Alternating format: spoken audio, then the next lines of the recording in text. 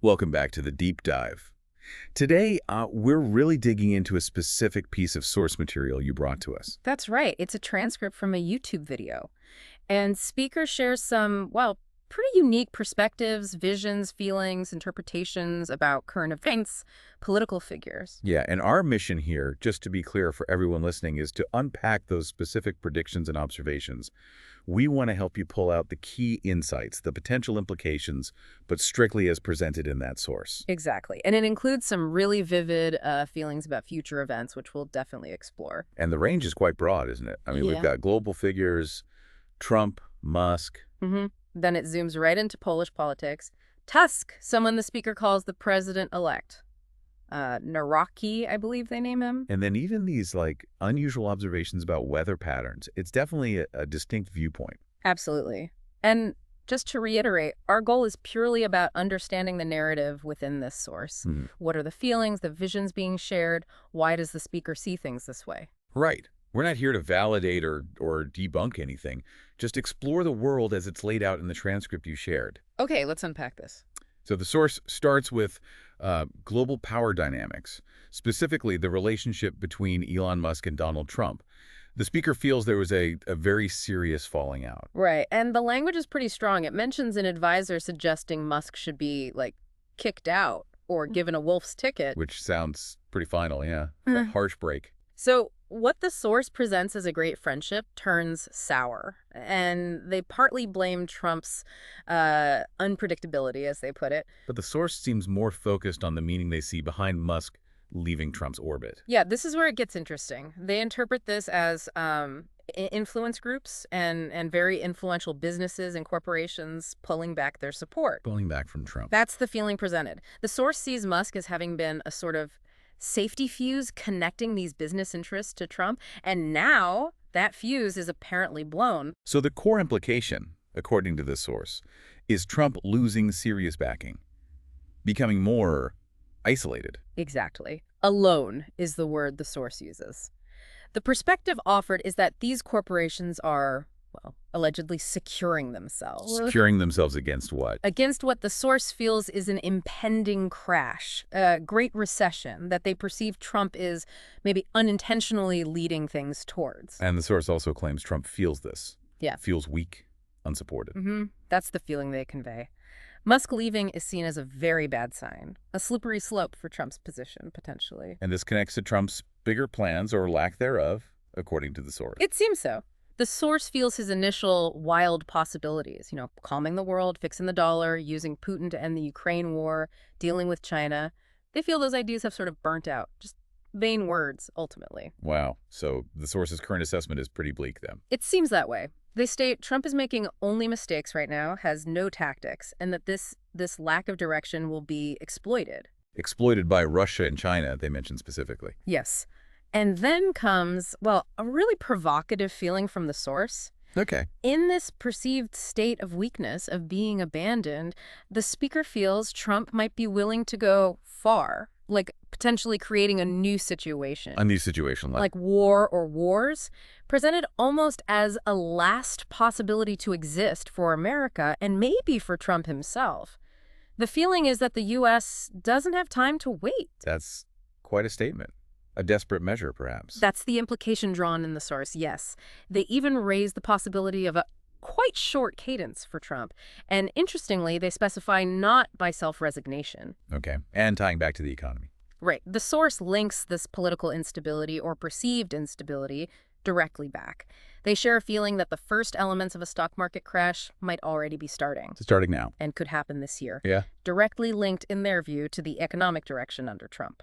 Okay, so that's the global picture painted by the source.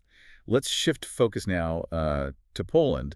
The source spends a lot of time there. It does. Specifically on Donald Tusk, and again, this figure they call the president-elect Naraki. And the outlook for Tusk, in this source's view, isn't great. No. The speaker feels Tusk faces another defeat this year, possibly his biggest one yet. Why? What are the reasons given in the source? Well, they point to specific challenges. Difficulty rebuilding trust, especially after one particular appearance. They mention someone called Rymanowski, where the source feels Tusk made total errors. Errors like what? Speaking like a PM, an administrator, not a strategic politician, Yeah. and making remarks about Trump that the source sees as disqualifying him globally, and particularly with the U.S. And apparently he made a similar move towards this president-elect figure. The source stresses a PM needs to be very careful. Right. And there was something about European tasks. Yes, the source feels Tusk had 4 key tasks for Europe, but the speaker believes Tusk knows they won't succeed. He's aware it's not going to work out. Okay. And the source also gets specific about policy, right? The migration pact. Mm-hmm. The prediction there is interesting. It won't be flat out rejected by this future president they describe, but renegotiated.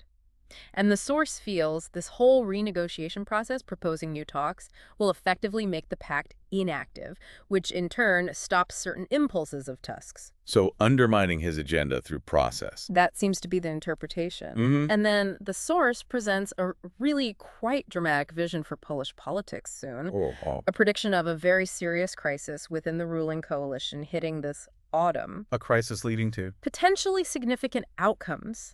Either the fall of the coalition completely or a complete change of governance. Big shifts. Oh, wasn't there a twist? Something about elections? Yes, exactly. If the coalition does lose its majority this autumn, the source feels strongly there will be no early elections. No early elections. So what happens instead? The scenario foreseen is an attempt to form a new government on certain terms. But, and this is key in their prediction, Donald Tusk won't participate. He's out of the picture in that scenario. The source feels he'll be outplayed. Outplayed? By whom? Well, the source details the roles of this president-elect figure, Naraki, and the PS party. Okay.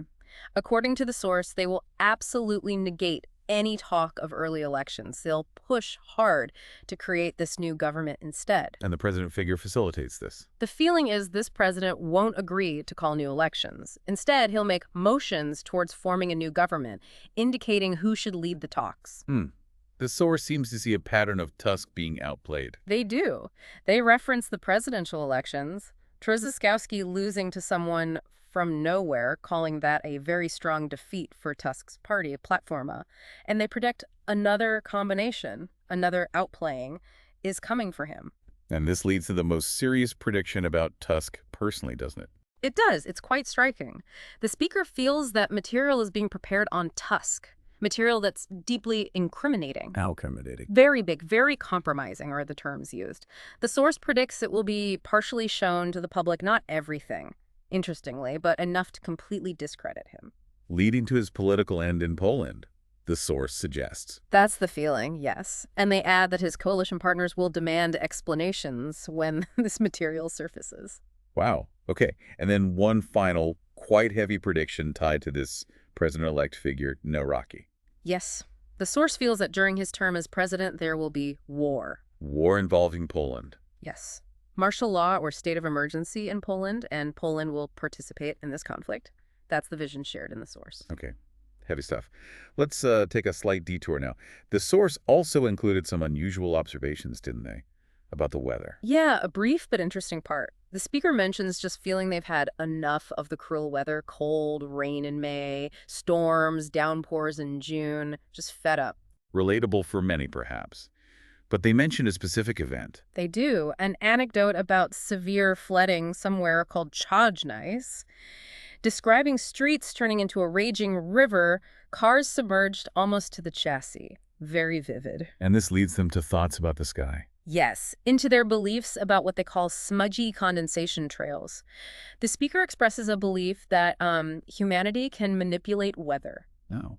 Using chemistry and physics, they suggest, maybe to cool the upper atmosphere, and they question if passenger planes are involved in creating these trails they observe. And they see something unusual about these trails. They note specific patterns like checkerboards or streaks very close together, saying these are new compared to what they remember seeing in their youth. Interesting observation. And they connect this to the weather itself. Yes, the source draws a direct correlation. They state that when they see these specific kinds of streaks, the weather gets bad shortly after, usually becoming cloudy for like 1.5 to 2 weeks. Interesting personal observation and interpretation there. Definitely adds another layer to the source's overall perspective. Okay, wow. We certainly covered a lot of ground from this single source. I mean, perspectives on potentially huge shifts in U.S. power dynamics. Yeah, shift the source feels. could lead to conflict, maybe even economic crisis. And then these predictions of major upheaval in Polish politics, the potential end of a major career, Poland possibly being involved in conflict. Plus those quite intriguing personal observations and beliefs about the weather and sky patterns. So this deep dive, it's really let us explore this very specific set of visions, feelings, interpretations from the source you shared with us. It offers a particular and often quite dramatic lens on things. Absolutely. And looking at perspectives like these, even if they're way outside the mainstream analysis, it's valuable, isn't it? Yeah. It helps us, and hopefully helps you listening, understand the range of narratives out there, why someone might interpret events in these, well, sometimes alarming ways. Right. It's about understanding the viewpoint presented in the source material itself. So let's leave you with a final thought, drawing directly from the source material we've discussed. Considering the speaker's feeling that Trump, at the moment, lacks a plan, makes mistakes, finds himself isolated. Yeah. Could that predicted attempt to create a new situation, like war or wars, could that genuinely be seen within the source's own logic as a desperate tactic for political survival? Or, as the source also suggests, is it just a symptom of him having talked himself out, running out of options? And how does that idea, as presented by the source, connect with their other predictions? The economic instability, the shifting global alliances they foresee? Definitely something to mull over, how all these pieces fit together in the worldview presented by this particular speaker.